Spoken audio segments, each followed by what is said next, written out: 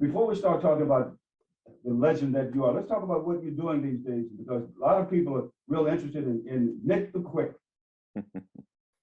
Well, Jim, thanks for having me. Right now, I just got hired by the Atlanta Hawks to be an assistant coach, player development. So, I'm working with the guards. Guys, of course, everybody knows Trey Young, Lou Williams, Bogey, DeLon Wright. Just helping those guys fine tuning their games and just enjoying it, enjoying being back on the sidelines. What's the thing that you try to impart on these young men today from your experience when you played? Take every advantage of everything that you can, because for one, it's very quick. It's going to go quick. So you got to enjoy every moment and take advantage of all good situations that may come your way, whether it's on or off the court.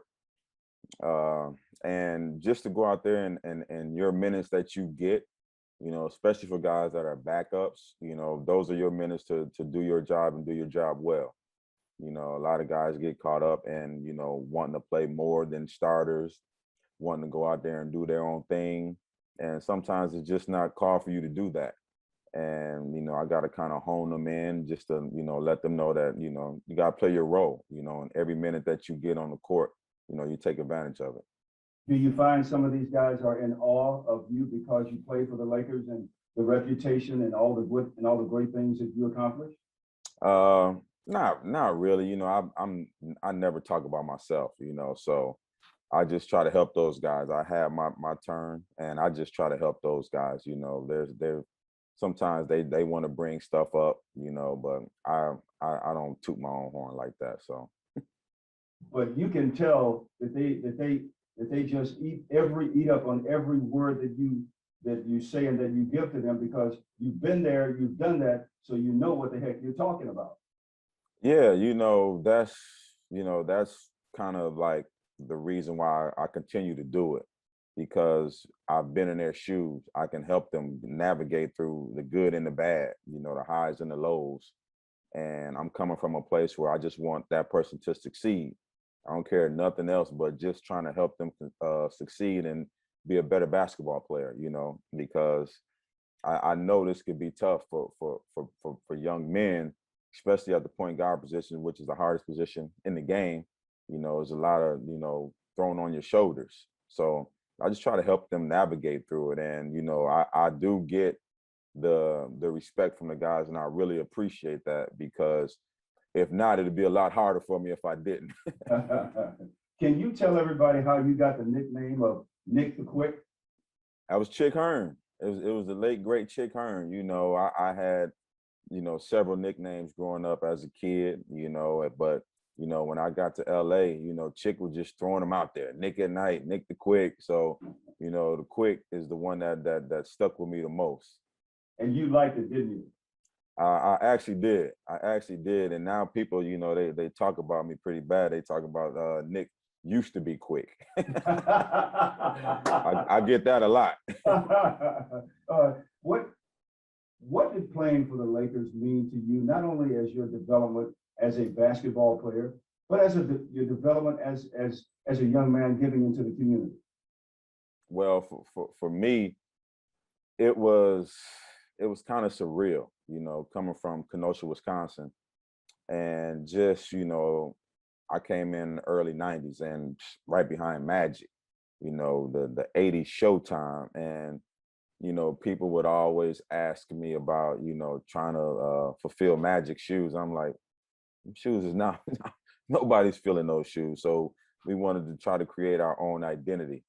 And, I didn't really feel any pressure because I was young. I just wanted to play basketball, and I never knew anything about LA and Hollywood, except they made great movies and the LA Lakers and stuff like that. So when I got out there, it was kind of surreal. It was like coming from Wisconsin and, the Midwest and Cincinnati. It's a different place. It's a different place with a lot of great opportunities to make for yourself on and off the court. And, so some of the things I've learned was just staying true to myself, staying grounded. Magic, I had several talks with Magic. He was a great mentor to me.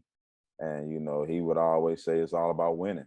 It's all about winning, whether it's on the court or off the court. It's all about winning. So some of those are some of the things that stuck with me.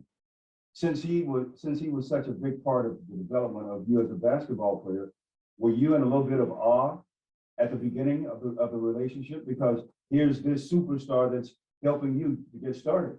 Hmm. Well, unfortunately, I was just in awe of one basketball player, and that was Michael Jordan. When I first had a chance to see him, Magic was just so down to earth, you know. So he was easy to approach. He was easy to talk to. So it was just like when you saw Magic, the first thing he doing is smiling at you, you know, and talking trash to you, you know. So he just, you know, pulled everything down and just made you feel really comfortable, you know, right away, you know. And that was really great because a person that big, you know, you don't know what to expect. And Magic right away, he just let you know, I'm gonna let you know what to expect. Relax, young fella. I'm Magic, but just relax, you know. So he made it easy. Oh, that made it just so it's so easy. Like you talk about the transition of you getting to be a pro and take into all the things that the Lakers were all about. And I'd like you to talk about what it meant and what you found out it meant to be a Laker. Uh, I mean, the tradition is real. You know, it's not something that, you know, the LA fans, you know, take for granted. You know, they love their Lakers. I just wish, you know, when I was there in my time, I wish we could have won. You know, because that's what it was all about. At the end of the day, I can remember after one of our games when Magic was coaching us when he took over the team, and he was kind of ticked off at us. You know, we had a bad showing, and you know, Magic was just like, "Coop." You know how Magic get when he get to telling his stories and going off. He's like, "Coop, Coop." He's like, "Yeah, they nice. They run around here. They got their cars. They got their jewelry and everything. But Coop, they ain't winning. Coop, they ain't winning. This is what it's about, winning."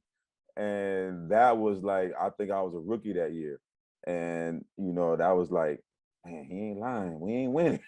You know, so like he like early on put that in me, like, man, we got to win. Like at the end of the day, it's all about winning for this franchise because that's what matters.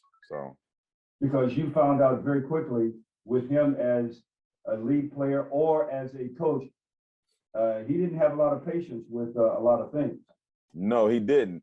And you know, I tell people all the time, I thought Magic would have been a great coach, but you said it best just then. He didn't have a lot of patience at the time because he was just retiring, and plus, you know, he still could hoop.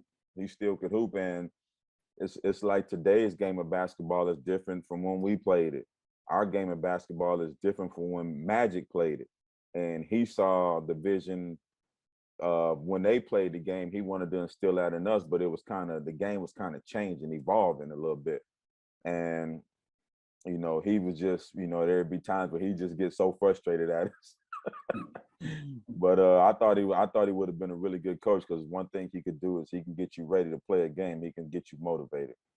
We heard, we've heard about some of his temper tantrums in the locker room, throwing things. Yes, yes. He threw somebody's phone one day after a game, and poor little phone broke into 1,000 little pieces. So that was like that was wow. That was kind of it was shocking. I felt sorry for the blackboard at the time. Nick, how do you feel knowing that you are a piece of Laker history? Because when people talk about the great Laker teams and the great Laker players, you will always and forever will be mentioned in on that level. Jim, I'm so laid back and nonchalant about stuff like that. You know, maybe I wish I was a different person when it came to stuff like that, and I can just, you know, say, well, I felt like this. To me, I just played basketball, and you know, I was just so fortunate enough to wear the purple and gold. And you know, maybe if I won a championship with the team, I probably would feel a different way. But we were young. We weren't ready. It wasn't our time. But you know, I just look at it like I think just playing with the Lakers, Jim. This is one thing I will say is that brought me a lot of attention.